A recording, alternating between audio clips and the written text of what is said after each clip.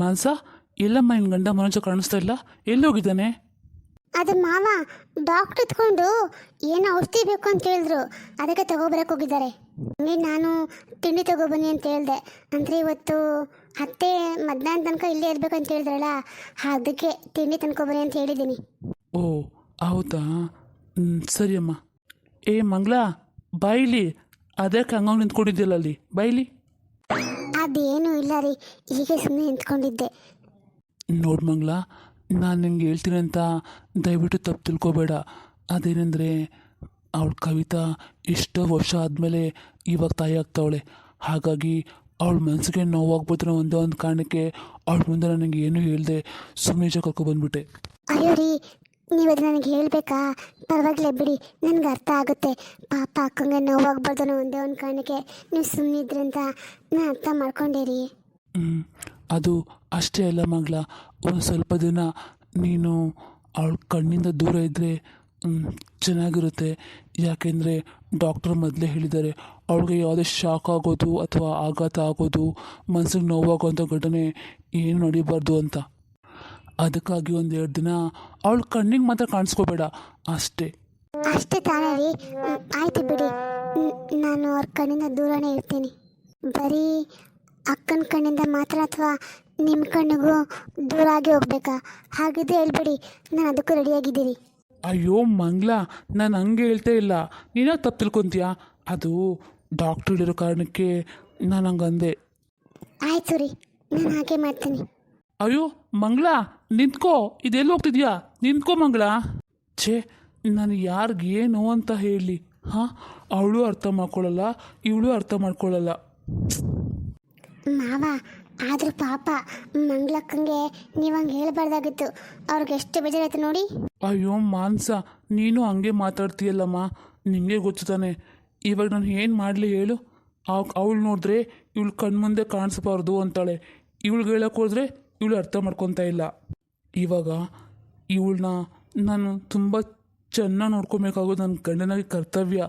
ಹಾಗಾಗಿ ಮಾವ, ಮಂಗ್ಲಕ್ಕಂಗೂ ನೀವು ಗಂಡನೇ ತಾನೆ, ಅವ ಕ್ಷೇಮನೂ ನಿಮಗೆ ಮುಖ್ಯ ಅಲ್ವಾ? ಗಂಡನಾಗಿ ನಿಮಗೆ 2 ಕರ್ತವ್ಯ ನೀವು ಸಮಯ ನಿಭಾಯಿಸ್ಬೇಕು. ಅದನ್ನೇ ಬಿಟ್ಟು ಒಬ್ರು ಜಾಸ್ತಿ ಒಬ್ರು ಕಮ್ಮಿ ಎಲ್ಲ ಮಾಡಬಾರ್ದು ಮಾವ. ಮಾನ್ಸ, ನಂಗೊಂದು ಸಹಾಯ ಮಾಡ್ತೀಯಾ? ನೀನು ಸ್ವಲ್ಪ ಮಂಗಳ ಹತ್ರ ಮಾತಾಡ್ತೀಯಾ? ನನ್ನ ಪರಿಸ್ಥಿತಿ ಏನು ಅಂತ ಸ್ವಲ್ಪ ಅರ್ಥ ಮಾಡ್ಸಮ್ಮ ಪ್ಲೀಸ್. ಆಯಿತು ಮಾವ, ನಿಮಗೋಸ್ಕರ ನಾನು ಈ ಪ್ರಯತ್ನ ಪಡ್ತೀನಿ. ನನ್ನ ಕೈ ಮೀರಿ ಹೋದರೆ ನನಗಂತ ಗೊತ್ತಿಲ್ಲಪ್ಪ, ಆಮೇಲೆ ನಾನು ಕೇಳ್ಬಾರ್ದು. ನೀವು ಈಗಲೂ ಹೇಳ್ತೀನಿ ನೋಡಿ. ಅಯ್ಯೋ ಮಾನ್ಸ, ನೀನು ನಂಗೆ ದಯವಿಟ್ಟು ಹೇಳೋಕೆ ಹೋಗ್ಬೇಡ. ಇವಾಗ ನಂಗೆ ನೀನೇ ಆಧಾರ, ನಿನ್ನೆ ನಂಬಿದ್ದೀನಿ ನಾನು. ಇದು ಒಳ್ಳೆ ಆಯ್ತಲ್ಲ ಮಾವ? ಅಲ್ಲ, ನಿಮ್ಮ ಪರಿಸ್ಥಿತಿ ನೋಡಿದ್ರೆ ನಂಗೆ ನಗು ಬರ್ತಿದೆ. ಅತ್ತೆಗೆ ಮಕ್ಕಳಾಗಿಲ್ಲ ಅಂತ ಇನ್ನು ಮದುವೆ ಮಾಡ್ಕೊಂಡ್ರಿ, ಆಲ್ರೆಡಿ ಒಂದು ಮಗಳಿದ್ದಾಳೆ, ಈಗ ಅತ್ತೆ ಬಸ್ರಿ ಆಗಿದ್ದಾರೆ. ಇವಾಗ ನೀವೇನು ಮಾಡ್ತಿರೋ ನನಗಂತೂ ಅರ್ಥ ಆಗ್ತಾಯಿಲ್ಲ, ಆದರೂ ಒಂಥರ ಚೆನ್ನಾಗಿದೆ.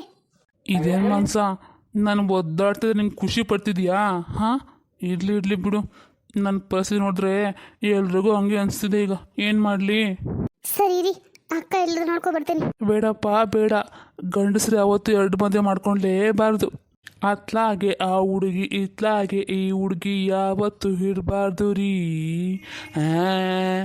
ಅಯ್ಯೋ ದೇವ್ರೆ.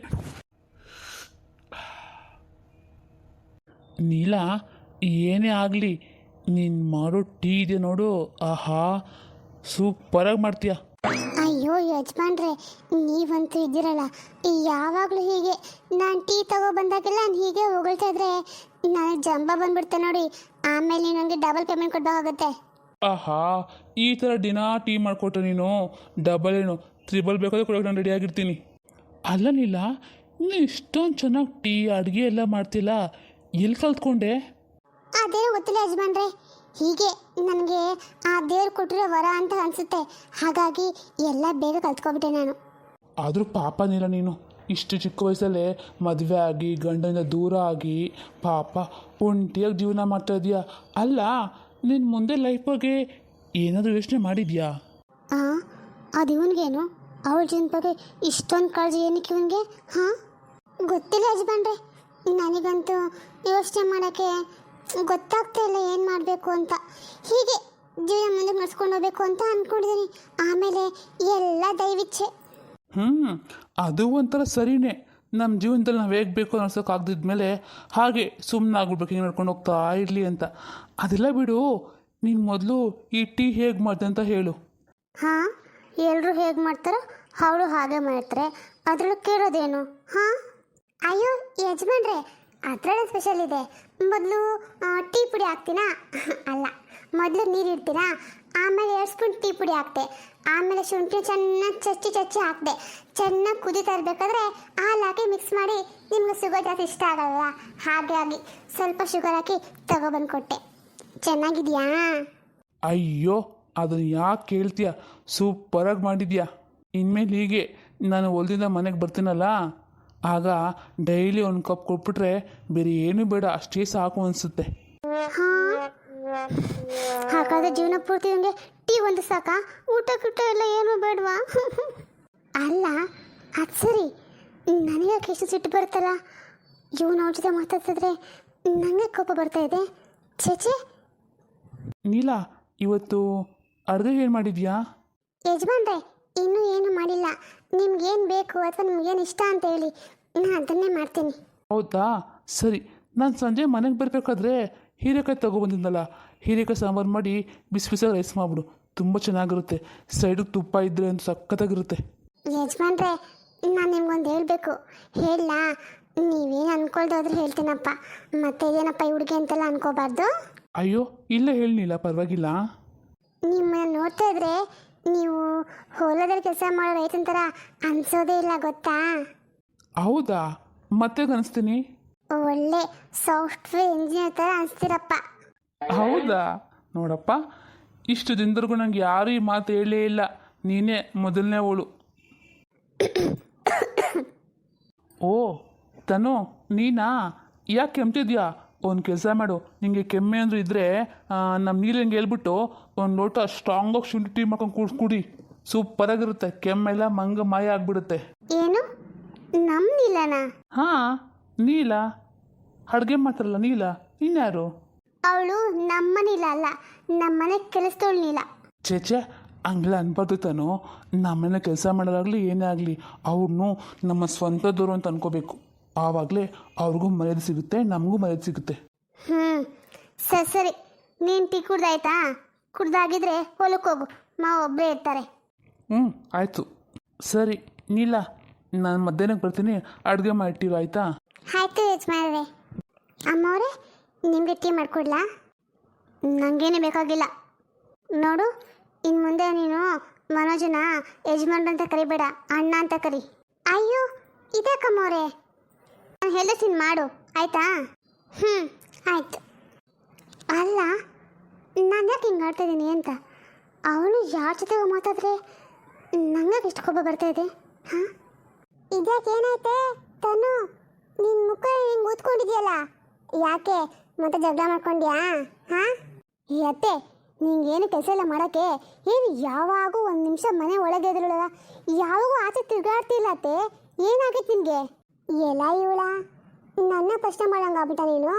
ನಂಗೇನೋ ಕೆಲಸ ಇರುತ್ತೆ ಕಣೆ, ಹೋಗ್ತೀನಿ ಅಂತ ದೊಡ್ಡ ಕೆಲಸ ಏನಿತ್ತು ಅಂತ ಹೇಳ್ತಾ ಇದ್ದ ನನಗೆ. ಅಯ್ಯೋ, ನಾನು ನಿಮ್ಮ ಮನೆಗೆ ಹೋಗಿದ್ದೆ. ಅದೇನು ಕೆಲಸ ಇತ್ತು ನಿಮಗೆ? ಅದೇನೂ ಇಲ್ಲ ಕಣೆ, ನಿಮ್ಮಪ್ಪ ಹತ್ರ ಅಂದರೆ ನಮ್ಮ ಅಣ್ಣ ಹತ್ರ ದುಡ್ಡು ಕೇಳೋಣ ಅಂತ ಹೋಗಿದ್ದೆ. ಕೊಡ್ತೀನಿ ಅಂತ ಹೇಳಿದ್ದಾನೆ. ದುಡ್ಡೇನಕ್ಕೆ ಇವಾಗ ನಿನ್ಗತ್ತೆ? ಏನಕ್ಕೆ ಅಂತ ಕೇಳ್ತೀಯಲ್ಲೇ? ನೀನು ನೋಡ್ತಾ ಇದೆಯಲ್ಲ ಪಾಪ, ನಿನ್ನ ಗಂಡ ನನ್ನ ಗಂಡ ಇದ್ದಷ್ಟು ಕಷ್ಟಪಡ್ತಾ ದುಡ್ಡುಗೋಸ್ಕರ ಅಂತ. ಹಾಗಾಗಿ ನಮ್ಮ ಅಣ್ಣನ ಅಂತ ಕೇಳಿದ್ರೆ ತಪ್ಪೇನಿಲ್ವಂತ ಹೋಗಿ ಕೇಳಿದೆ, ಅವನು ಒಪ್ಕೊಂಡಿದ್ದಾನೆ. ಹೌದಾ? ಹೌದು. ಇವಾಗ ಅದೆಲ್ಲ ಬಿಡು, ನಿಮ್ಮ ಮಾವ ಇನ್ನೂ ಮನೆಗೆ ಬಂದಿಲ್ವಾ? ಇನ್ನೂ ಇಲ್ಲ. ಸರಿ, ನಿಮ್ಮ ಮಾವ ಹೇಳ್ತಾ ಇದ್ರಲ್ಲ ಪೂಜೆ ಬಗ್ಗೆ, ಹಾಗಾಗಿ ನಾವು ಪೂಜೆಗೆ ರೆಡಿ ಮಾಡ್ಕೋಬೇಕು. ಒಂದು ಕೆಲಸ ಮಾಡೋಣ ಬಾ, ಮಾರ್ಕೆಟ್ಗೆ ಹೋಗಿ ನಾನೇನು ಏನು ಬೇಕೋ ತಗೊಬಂದ್ಬಿಡೋಣ. ಯಾಕೆ ಮುಖ ಹಿಂಗಿಟ್ಕೊಂಡಿದ್ಯಾ? ಅತ್ತೆ, ಅದು ಏನಿಲ್ಲ ಬಿಡು. ಅಯ್ಯೋ ದೇವ್ರೆ. ಸರಿ, ಇವಾಗ ಬರ್ತೀಯಾ ಇಲ್ಲೇ ಇರ್ತೀಯಾ? ಬರ್ತೀನಿ ಇರು, ಆದರೆ ನಂಗೇನು ತೊಗೋಬೇಕು ಅದೆಲ್ಲ ಕೊಡಿಸಿ ಅಷ್ಟೇ ಬರ್ತೀನಿ, ಇನ್ನೇನು ನಾನು ಬರೋದಿಲ್ಲ. ಏನು ಬೇಕೆ? ಆಯಿತು ಬಾ, ಕೊಡಿಸ್ತೀನಿ. ನೀನು ಯಾವಾಗ ಇಲ್ಲ ಅಂತ ನಾನು ಹೇಳ್ದೆ ನಿನಗೆ. ನನಗೆ ಸೀರೆ ಬೇಕು. ಸೀರೆ? ಇದೇನೆ ನಿನಗೆ ಸೀರೆ ಅಂದರೆ ಅಷ್ಟು ಇಷ್ಟ ಇಲ್ವಲ್ಲ? ಇವಾಗೇನು ಸೀರೆ ಮೇಲೆ ನಿಂಗೆ ಅಷ್ಟೊಂದು ಇಷ್ಟ ಆಗಿರೋದು ಏನು ಕಾರಣ? ಏನಿಲ್ಲ ಅತ್ತೆ. ಯಾಕೆ ನಾನು ಸೀರೆ ಹಾಕೋಬಾರ್ದಾ? ನಂಗೆ ಸೀರೆ ಬೇಕು ಅಷ್ಟೇ, ನೀನು ಕೊಡಿಸು. ಅಯ್ಯೋ ಮಹಾತಾಯಿ, ನೀನು ಕೇಳೋದೆಚ್ಚ, ನಾನು ಕೊಡಿಸೋದೆಚ್ಚ. ನಡಿ, ಎಷ್ಟು ಸೀರೆ ಬೇಕು ಅಷ್ಟು ತಗೊಳ್ಳೋ ಅಂತ ನಡಿ. ನನಗೆ ನಮ್ಮ ಜೊತೆ ನಿಮ್ಮ ಅಮ್ಮನ ಕರ್ಕೊಂಡು ಹೋಗೋಣ ಕಣೆ ಪಾಪ. ಯಾಕೆಂದರೆ ನಂಗೆ ಅಷ್ಟೊಂದೆಲ್ಲ ಗೊತ್ತಾಗಲ್ಲ ಏನು ಬೇಕು ಅಂತ. ಹಾಗಾಗಿ ನಿಮ್ಮ ಅಮ್ಮನ ಕರ್ಕೊಂಡ್ಲಾ? ಬೇಕಾಗಿಲ್ಲ, ನಂಗೆ ಯಾರು ಬೇಕಾಗಿಲ್ಲ. ನಾನು ನಿನ್ನಿಬ್ಬರೇ ಹೋಗೋಣ. ನನಗೆ ಗೊತ್ತಾಗುತ್ತೆ ನೋಡಿ ಏನು ಬೇಕು ಅಂತ. ಅದೇನು ಅಮ್ಮಂಗೆ ಮಾತ್ರ ಗೊತ್ತಾಗಿರೋದಾ? ಅಲ್ಲ ಕಣೆ ತನು, ನೀನು ಎಷ್ಟು ಜನ ಅಂತ ನಿನ್ನ ತಾಯಿ ಮೇಲೆ ಸಿಟ್ಟು ತೋರಿಸ್ತೆ ಹೇಳು. ಹಾಂ, ಇವತ್ತರ ನಾಳೆ ನೀವೆಲ್ಲ ಒಂದಾಗಲೇಬೇಕಲ್ಲ. ನೋಡಮ್ಮ, ಅದು ಪಾಪ ನಿಮ್ಮಮ್ಮಂಗೆ ಹೇಳ್ಕೊಳ್ಳೋ ಮೇಲಕ್ಕಷ್ಟೇ, ಒಳಗಡೆ ತುಂಬ ನೋವಿದೆ ಕಣೆ. ಒಬ್ಬ ಮಗಳು ಹಂಗೆ, ನೀನು ಹೀಗೆ ಮಾಡಿದ್ರೆ ಹೇಗೆ ಹೇಳು? ಪಾಪ ಅಲ್ವಾ? ನಂಗೆ ಅದೆಲ್ಲ ಗೊತ್ತಿಲ್ಲ ಅತ್ತೆ. ನಂಗೆ ಸಿಟ್ಟಿದೆ. ಸಿಟ್ಟು ಕಡಿಮೆ ಆಗೋವರೆಗೂ ನಾನು ಹೀಗೆ ಇರ್ತೀನಿ. ಸರಿ ಇರು, ನಾನು ಹೋಗಿ ಬ್ಯಾಗ್ ತೊಗೊಂಬರ್ತೀನಿ. ಯಪ್ಪ, ಹಠ ಮಾರಿ ಹುಡುಗಿ. ತಾಯಿನೂ ಸಿಗ್ತಲ್ವ ಅವಳಿಗೆ? ಇಲ್ಲ, ಇವರಿಬ್ಬರನ್ನು ಹೇಗಾದರೂ ಮಾಡಿ ಒಂದು ಮಾಡಲೇಬೇಕು. ಪಾಪ ನಮ್ಮ ಅತ್ತಿಗೆ.